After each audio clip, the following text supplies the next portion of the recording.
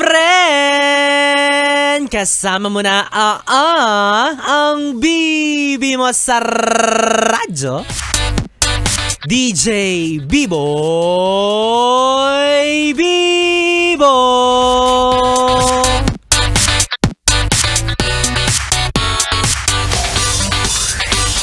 Mga yes friend, kung may barado po kayong Poso Negro, may sip-sip po akong kaibigan. Kayang-kaya niya gawa ng paraan niya. Apakadugyot, B-Boy Bibo. O siya, hi, hello sa mga taong itinuturing nating matalik na kaibigan. Pero ang turing pala sa atin ay kalaban. Grabe naman. Bakit naman ganyan? Nasabi ko pa man din lahat ng sekreto ko sa'yo. Tapos gagamitin mo pala lahat ng yun para siraan ako, ikaw ha? O, pasalamat ka nga, hindi ko pinagkalat na ang tawag mo sa carbonara, ginataang pansit eh. O, ginataang pansit. O, bakit kaya ganun no, mga yes friend? May mga tao na kahit maayos mong itrato, kasamaan pa rin ang isusukli sa'yo. Bakit ganyan kayo? Oo, yung tipong pagkaharap mo para siyang angel. Pero kapag nakatalikod ka na, para na siyang devil. Oo, yung tinitira ka patalikod, hala. Bakit naman tinitira patalikod? Hoy, kapag ganyan magsabi naman kayo bago kayo tumira.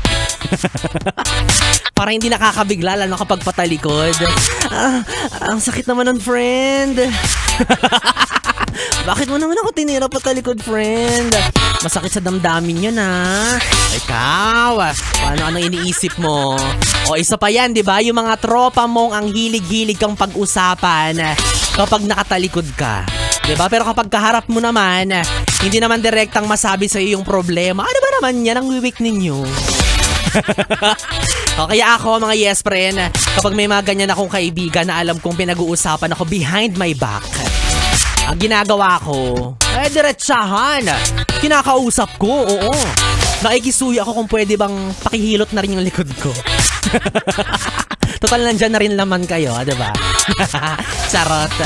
So far, mga yes friend, masasabi kong wala pa naman akong mga ganyang na-encounter na klase ng kaibigan, no? Oo, ikaw ba?